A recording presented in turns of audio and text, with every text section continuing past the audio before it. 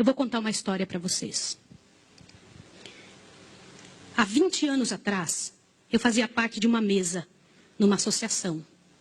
E eu vi uma das histórias mais tétricas que eu já vi na minha vida. E pode ser que alguns de vocês já tenham ouvido essa história aqui entre vocês. E se já ouviram, vão lembrar comigo essa história com dor. Uma certa ocasião, numa igreja de um certo lugar no Brasil, uma mocinha pediu licença para conversar lá na frente, no microfone. Ela frequentava a igreja um ano e pouco. E ela pegou o microfone da mão da moça que estava terminando a escola sabatina e falou: eu tenho que contar para vocês um pecado meu. E as pessoas paralisadas olhando ela falar. E ela disse: eu quero contar para vocês. Estava ali na igreja naquela hora, o pastor se arrumando ali, ajeitando alguma coisa. A esposa do pastor com os 2 filhos, mais ali no lado da esquerda, da minha esquerda. E a igreja toda ali junta. Vocês sabem que entre a escola sabatina e culto a igreja fica bem cheia?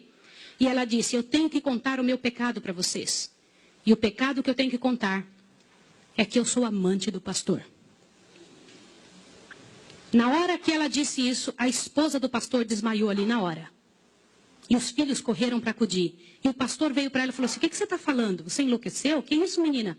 Ela falou: eu tinha que contar, eu preciso resolver meu problema.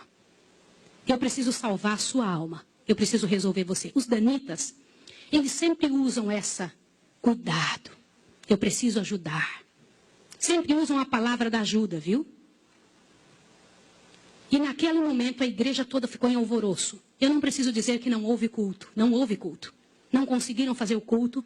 A esposa do pastor foi levantada dali, foi levada lá para fora.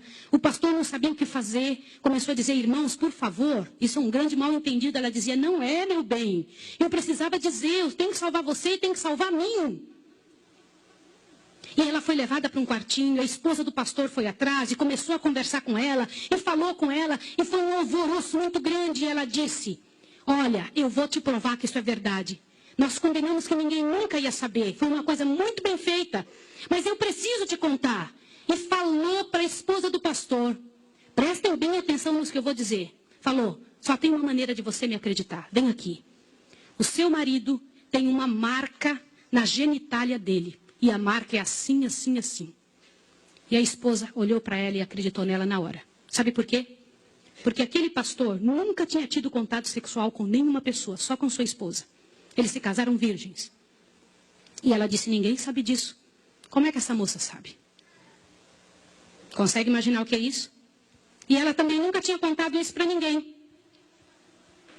E ela pegou a esposa do pastor, passou a acreditar. E ela contou detalhes sobre o corpo do pastor, detalhes sobre ele, até de coisas que ele falava enquanto dormia. Preste atenção. Eu não preciso dizer para vocês que aquele casamento acabou. A igreja todinha daquele pastor entrou num estado de bancarrota que vocês não têm ideia. Uma palavra, como diz Tiago, pode estragar a vida de uma pessoa para sempre. Sabe quantos anos se passou dessa história? Até que eu fiquei sabendo, isso foi há 20 anos atrás que eu fiquei sabendo. Já tinha se passado 20 anos que isso tinha acontecido. Por que eu fiquei sabendo dessa história? Foi numa mesa, numa comissão, numa associação. O presidente um dia nos chamou e disse o seguinte: irmãos, eu preciso da ajuda de vocês e oração por algo. O que foi? Há 20 anos atrás aconteceu a história de um pastor e contou toda a história para nós. Foi numa igreja assim, assim, assim, e nós tiramos a credencial desse pastor. E esse pastor foi para um sítio e ficou sozinho. A esposa dele é casada, tem outros filhos, está vivendo a vida dela. Mas eu fui chamado, olha o presidente nos contando. Eu fui chamado há alguns dias na casa de uma senhora com os cabelos todos brancos morrendo de câncer. E essa mulher morrendo de câncer pediu muito para falar com o pastor. Mas tinha que ser o presidente da igreja adventista. E eu fui até lá porque eu sou o presidente. Quando eu cheguei lá, a mulher me contou que ela tinha sido a moça que tinha falado aquilo do pastor. A amante, a suposta amante do pastor. E ela contou para o presidente que ela havia inventado toda essa história. Mas como que ela sabia dos detalhes do corpo do pastor? Na ocasião, em que ela tinha se apaixonado pelo pastor. Ela trabalhava como faxineira dentro do hospital. E o pastor foi internado, prestem atenção, internado para uma cirurgia de apêndice e passou muito mal. E ela era amiga de uma enfermeira. E entrou dentro do quarto junto com a enfermeira, destampou o corpo do pastor e olhou o corpo do pastor todo, durante o tempo em que o pastor estava dentro do hospital em coma. E quando o pastor falava algumas coisas, ela ouviu o que o pastor falou e ela olhou os detalhes do corpo do pastor e guardou. Satanás plantou na cabeça dela 1 ano e ela formulou e acabou com a vida do pastor. E o presidente pegou uma credencial, foi lá no sítiozinho onde o pastor o coitado daquele pastor, o caluniado, estava. E ele chegou para ele e falou, junto com uma comitiva dos irmãos: pastor, eu vim aqui te entregar a sua credencial de novo, nós descobrimos que era mentira. Sabe qual foi a resposta do pastor, irmão? O pastor disse assim: vocês me devolvem minha família e meus filhos também? Vocês me devolvem minha reputação? Se vocês não devolverem junto, eu prefiro ficar aqui. E esse pastor, uns dias atrás, eu soube que ele morreu lá naquele lugar. Quem foi a assassina daquele pastor? Não foi só aquela mulher, foram todos que falaram junto. Porque, gente, quando acontece um inferno desse, uma multidão de gente sofre, uma multidão de gente machuca. Fica machucado. Meus irmãos, vocês me perdoem ter que falar sobre isso, mas é verdade. Existem muitos lugares que eu tenho muito medo de pregar, mas eu vou igual se me chamam. Porque eu vou falar uma coisa para vocês. Ontem à noite eu comentei que a vida de quem prega essas verdades é altamente prejudicada.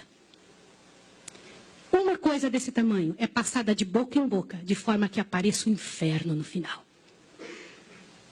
Será que existem danitas no nosso meio? O céu é um lugar tão fabuloso. Não vale a pena, meus irmãos. Não vale a pena. Deus tem mais para a nossa vida. Tem mais coisas para ocupar a nossa mente, para fazer parte do nosso vocabulário, para nós pensarmos a respeito das pessoas.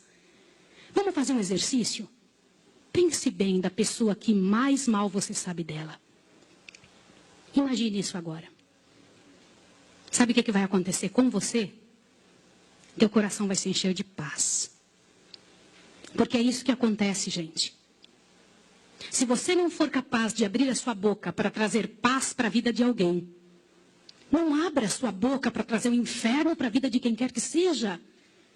Jesus ama as pessoas pecadoras e miseráveis. Todas aquelas que pecaram horrivelmente, Jesus ama. E Ele tem mais para oferecer para nós. Eu vou pedir uma coisa em nome de Jesus essa manhã. Uma coisa que é muito difícil de fazer. Mas se há alguém em nome de Jesus que falou algo de outra pessoa, ainda que seja verdade, e que não pediu perdão, que peça perdão a Deus agora e corra e peça perdão para a pessoa. Sabe por quê? Abre seu ouvido, que agora a parte principal desse sermão está aqui. Em nome de Jesus, abre seu ouvido.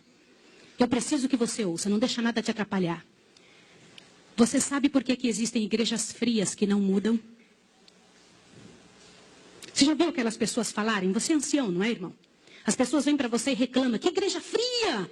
O que está acontecendo? O que não acontece? Nada muda. Vocês sabem por que isso? Alguém sabe? Gente, a principal razão, e eu vou ler para vocês agora ali. A principal razão porque a igreja fica fria é por causa da presença dos danitas. Eles são aptos a trazer veneno para a cabeça e o coração das pessoas. Abre a sua Bíblia em Tiago 3. Tiago 3. Tiago 3. Deus tem mais para a sua vida, meu irmão. Deus te fez para luzir nesses últimos dias da história da terra. Para crescer em nome de Jesus. Para fortalecer a sua história. Para se transformar numa bênção. Deus não fez a gente para sofrer, para se angustiar. Deus não fez você para ser um veículo do demônio, de Satanás. Deus fez você para viver, para ser abençoado, para ser feliz.